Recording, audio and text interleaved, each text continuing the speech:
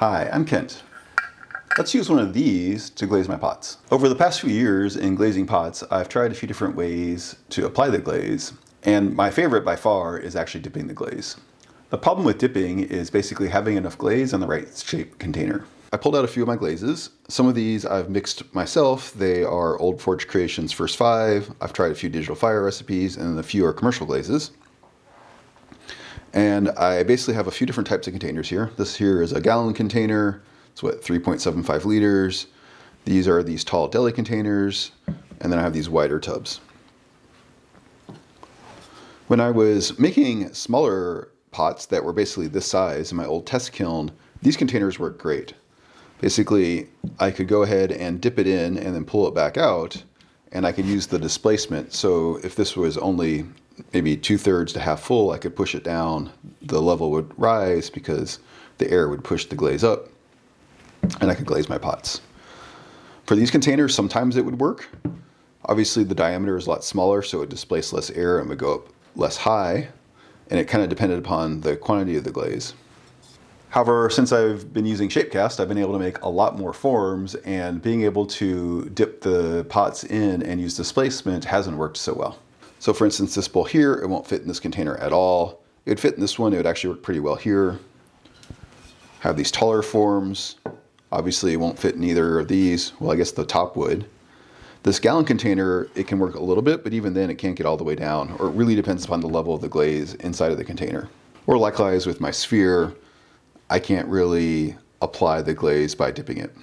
And a lot of the things I make are actually planters, so they have holes in the bottom, and that makes dipping a little bit tricky as well.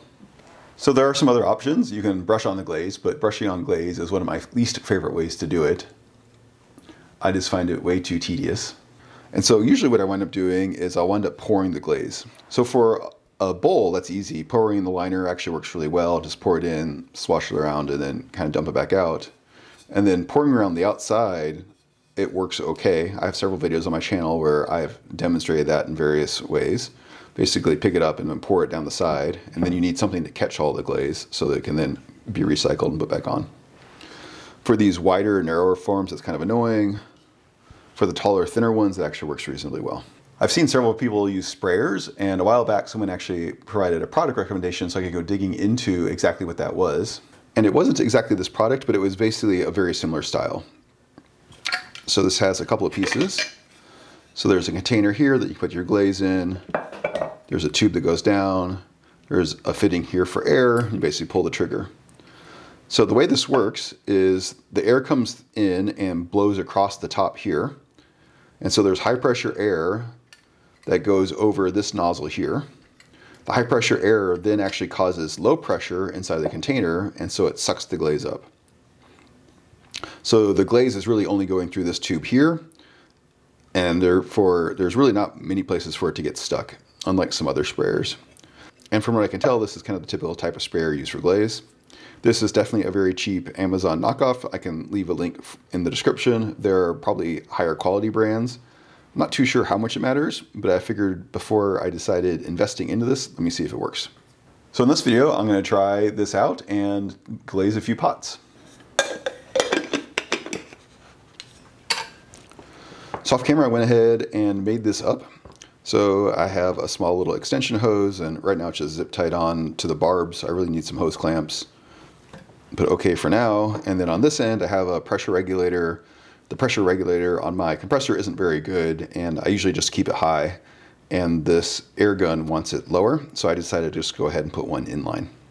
So I can attach this to my hose, dial in the pressure right here, and then go spray away.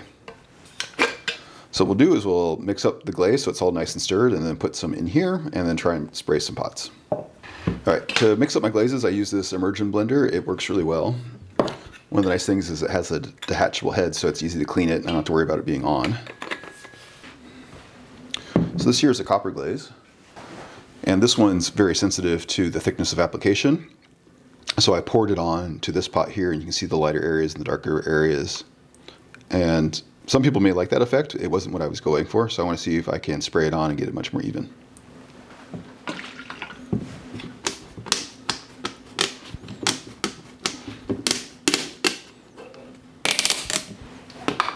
I'm also getting to the bottom of this glaze, and when it's really small, it's also hard to apply. You can't dip it that way, and pouring it sometimes works. It depends how much you have.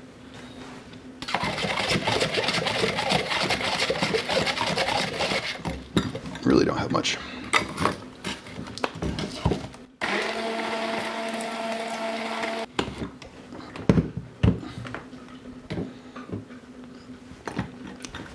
This one may be stretching it.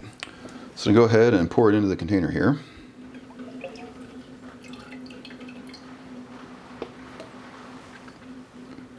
There it is. All right, so let me go ahead and move you, and we'll move over to my improvised spray booth. All right, so I've got an Amazon box, my banding wheel, and some extra paper. So this will be my spray booth. Got my glaze and my gun, which is hissing because it's cheap and leaking a little bit. And I've got my respirator because this is probably going to be nasty. So first, I'm going to go ahead and attach the spray gun together and just spray a few tests in the back. Go ahead and move my banding wheel out of the way and get it as little dirty as possible. And then the idea is to go ahead and dial in the air pressure.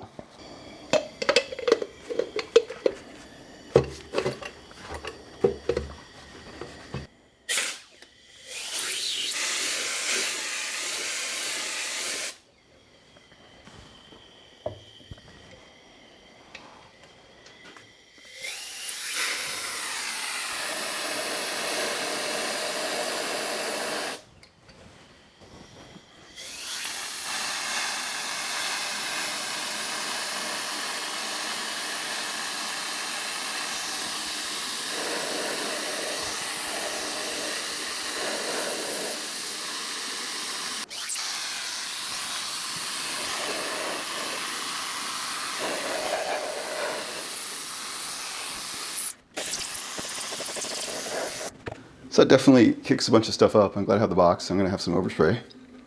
Also very glad I have my respirator. It's really hard to tell how thick it is. This glaze is pretty light in color. And let's clean up the banding wheel.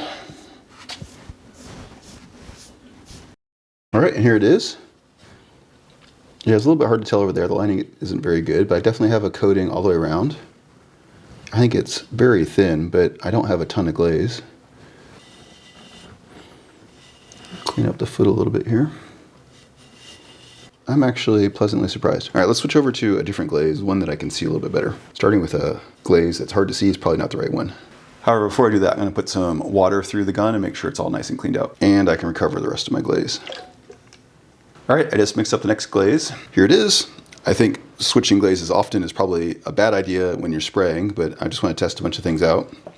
So I have the container, pour some in.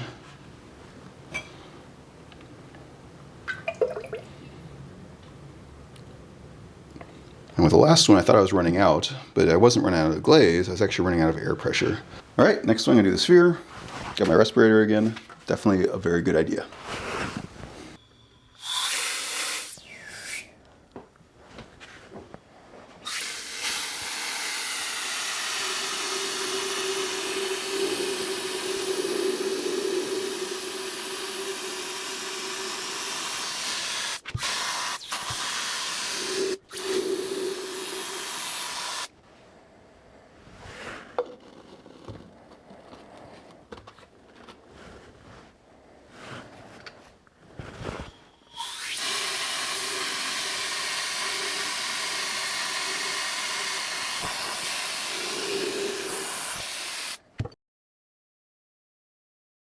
That's much easier to do when you can see what you're doing.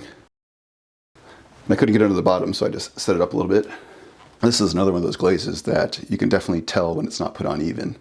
Okay, same drill, I'll recover the glaze. Wash this out off camera.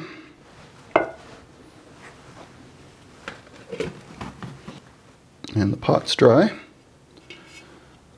This one got a nice even coating, that's really cool. I need to clean up around the foot.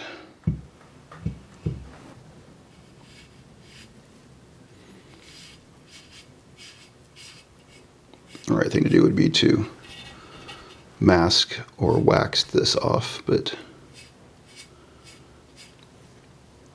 I just wanted to see how it would work. And given how much I'm rubbing off, I think I got a pretty good thickness of glaze. I was going to go ahead and glaze a few more pots, but I decided to stop. Often I'll get a little over ambitious and try and push myself a little bit too hard, and I realized I was doing that. So I wanted to go ahead and see what just these two look like. I also think that, as I mentioned, switching glazes often is probably not a good thing to do. Going forward in the future, I think maybe one glaze or two would probably be enough across a whole bunch of pots. So I think sticking with just these two was good. The other thing is, since I've never done this before, I really wanted to see how the glaze was going, and I didn't want to potentially ruin a whole bunch of pots if it didn't work out well. And finally, there were a couple of challenges that I was running into. In terms of the challenges, I mentioned I was having some issues with my pressure regulator on my air compressor and getting the pressure right dialed in. On the first pot, I thought I was out of glaze, but it wound up being low pressure. Well, it turns out those are actually both related, and my air compressor is going bad. So it wasn't able to put out the pressure at the right level and the right amount, and I will have to look at that in the future if I'm going to do this some more. Always something.